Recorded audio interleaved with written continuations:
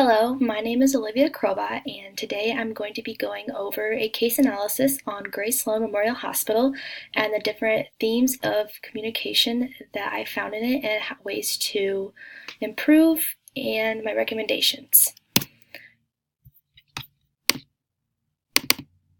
So for my overview, I am obviously doing Grace Sloan Memorial Hospital staff. So Grace Sloan Memorial Hospital is a fictional hospital from the show Grey's Anatomy, and specifically I will be looking at different aspects of in the episode Season 9, Episode 17. So key players in this episode are Meredith Grey, April Kepner, Owen Hunt, and Jackson Avery. So these are going to be the people that I kind of use examples from in different ways of the different themes that I have found and recommendations I can implement for them. So for my case analysis, the three themes that I used were leadership processes, processes of emotion in the workplace, and decision-making processes. So for leadership processes, I essentially just took that other employees are constantly watching their leader. So it's really important for these leaders to be really positive and a good influence on their employees, especially in this workplace setting. There are employees and patients everywhere, and these people can constantly see how different employees are acting, especially the leaders. So it's really important to keep a positive and upbeat morale of this workplace, just for mostly the sake of the patients that are either sick or in a lot of pain or just really unhopeful at this point. So an example of this I took was in this episode, Dr. Owen Hunt and Dr. Jackson Avery are in an argument in the lobby about a rumor that was heard that there wanted to be new chief of surgery, which that's what Owen Hunt was at the time. So he brought this up to Jackson Avery, and there was a huge dispute in the lobby, ending in Owen Hunt quitting. So this kind of took all of the employees by shock and surprise. So there was a lot of drama going around the hospital, and different people were talking, and this kind of took the workplace morale down, and a lot of the patients began to notice all of their doctors were kind of off their game and unfocused on them, which could lead to a lot of problems. The second one, processes of emotion in the workplace. For this, I just said that it's really important to keep composure for the sake of employees and the patients. So it's just really important for the doctors to not take out their emotional exhaustion on their coworkers or their patients. So it's really, in this kind of work setting, it's really hard to keep your emotions in check sometimes. It's a very emotionally exhausting job. They lose patients and things can get very emotional. They have to deal with a lot of families and telling them horrible news, and even losing people they might have come close to. So this job is obviously very emotionally exhausting. So an example I took from this episode is Meredith Grey tends to get really emotionally exhausted throughout the day. She has a lot of things on her mind, and she tends to take out these exhaustions on her coworkers. Not necessarily her patients, which is a good thing, but she does make in this episode a really snarky, sarcastic comment to one of her coworkers, which makes this person kind of feel down and like they aren't good enough to be there. So this can obviously be seen on this person's face the whole time, that they're not focused and they're thinking about this, and that comment really got to them. So it's really important to not take out those frustrations on other people, because then they'll be feeling down as well, and that can cause a kind of shift in the workplace and on the patients. And the last one, for decision-making processes.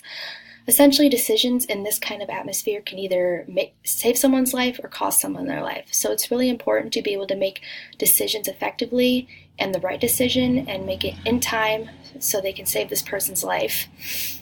And it's also really important to know the organizational knowledge that's important in this kind of place.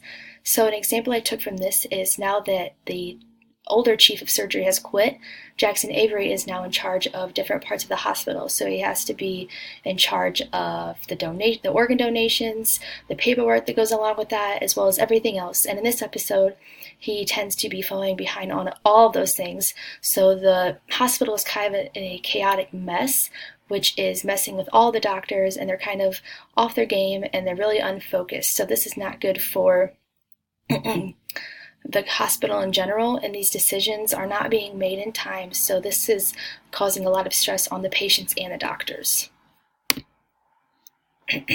So my current research, I found in the scholarly article that I found on April 21st, 2019 by S.J. Peterson on emeraldinsight.com that high hope leaders compared to low hope leaders have more profitable work units and better overall satisfaction.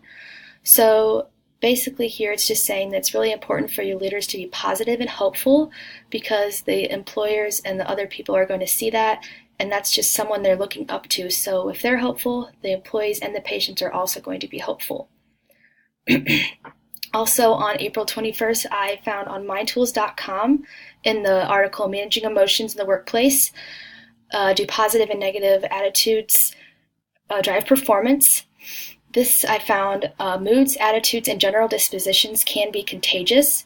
So this is basically just saying if you're wearing your emotions on your sleeve, this can be seen by everybody, and this can bring down company morale. So like I said before, these emotions and this emotional exhaustion can be seen by other people, and it can cause them to be exhausted emotionally as well, or feel down, negative, anything like that, and that can cause the company to go in a downward spiral.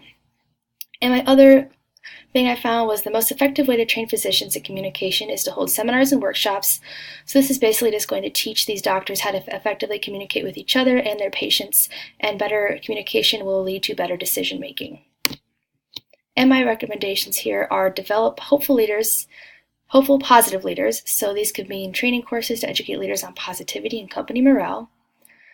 I also said classes and counseling to help deal with emotions. These doctors are obviously well trained in medicine, but it wouldn't hurt for them to take classes on how to deal with emotions, as well as go to counseling to help them deal with their own emotions.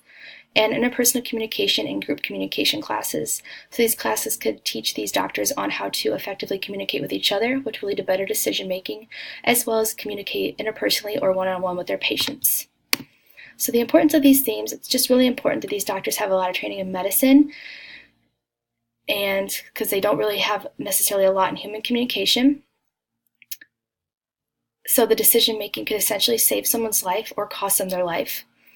Keeping your emotions in check can keep up company morale and their patients' spirits up, and hopeful leaders will lead to hopeful employees and patients, which will lead to an overall happy and hopeful work environment.